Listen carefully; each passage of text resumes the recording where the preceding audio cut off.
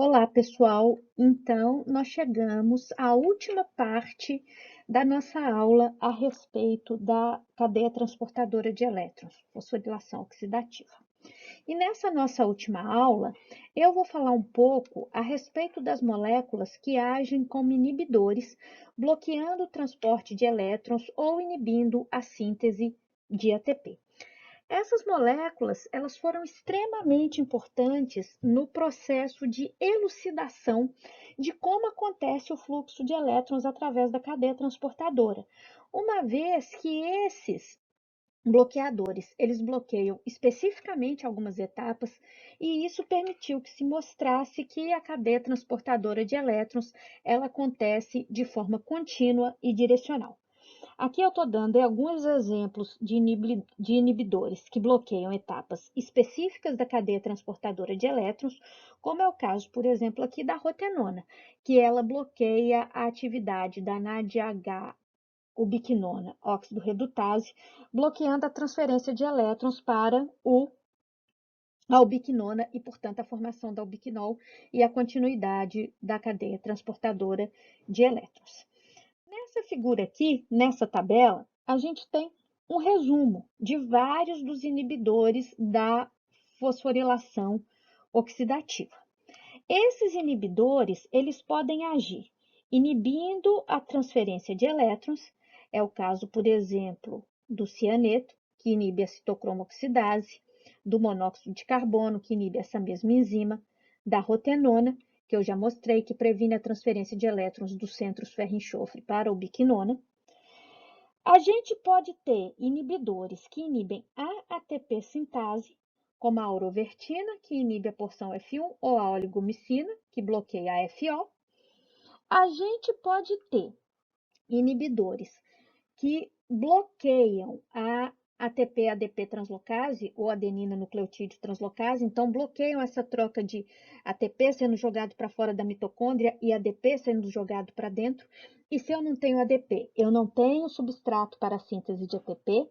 Se eu não tenho síntese de ATP, a ATP sintase não funciona e, como vocês lembram, se eu bloqueio a ATP sintase, toda a cadeia transportadora de elétrons ela é bloqueada. E fora esses grupos, nós temos moléculas que agem como moléculas desacopladoras.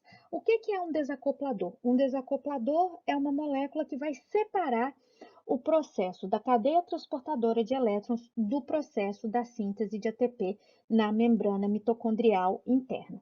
Aqui eu estou dando exemplo de 3 drogas que são desacopladores, FCCP, DNP e valinomicina, e uma molécula, uma proteína, que é um desacoplador fisiológico.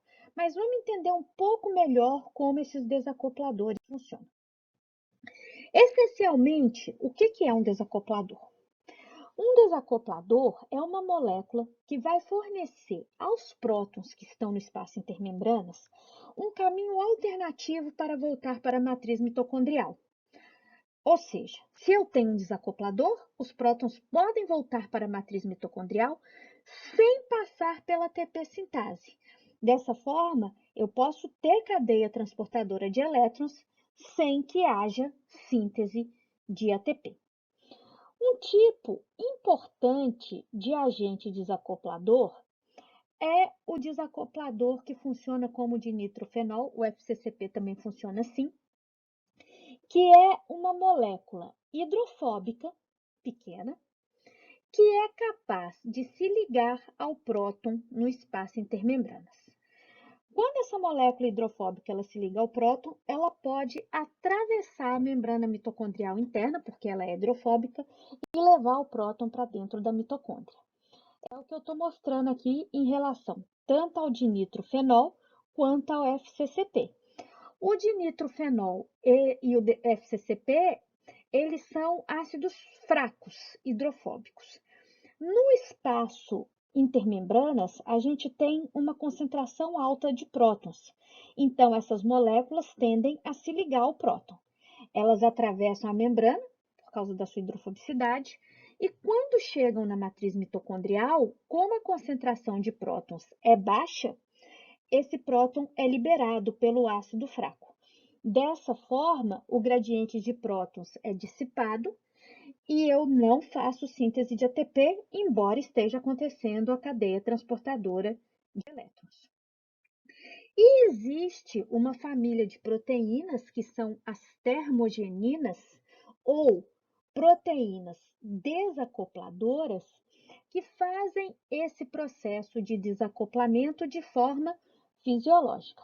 Essa proteína termogenina, ela está presente na membrana mitocondrial interna do tecido adiposo marrom e então a gente vai ter nessa membrana mitocondrial interna os complexos proteicos da cadeia transportadora de elétrons, a ATP sintase e a termogenina.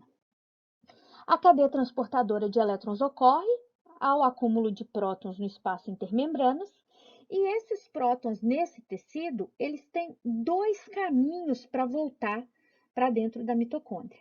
O primeiro caminho é o que a gente já conhece, a ATP sintase, e o segundo caminho é a termogenina. Quando os prótons voltam pela termogenina, energia é liberada, porque afinal de contas os prótons estão saindo de uma situação na qual eles estão muito concentrados e indo para uma situação na qual eles estão menos concentrados. O que acontece? Essa energia que é liberada quando os prótons passam pela termogenina, ela não é utilizada para síntese de ATP. Ela é liberada na forma de calor. E, de fato, essas proteínas da família das termogeninas, elas são proteínas que estão relacionadas à regulação da temperatura corporal. Em animais homeotérmicos que vivem em ambientes frios, então imagina foca, imagina baleia ou um urso hibernano, eles têm uma grande quantidade de tecido adiposo marrom para produzir calor e manter sua temperatura corporal, ou no caso do bebê humano, que não tem ainda seus mecanismos fisiológicos para a manutenção da temperatura corporal bem desenvolvida, mas eles apresentam proporcionalmente, em relação à sua massa corporal, uma grande quantidade de tecido adiposo marrom. Depois que a gente cresce, a quantidade de tecido adiposo marrom não aumenta, então a proporção ela vai diminuindo em relação à nossa massa corporal. Mas no bebê, o tecido adiposo marrom é muito importante para produzir calor para a manutenção da temperatura corporal da criança.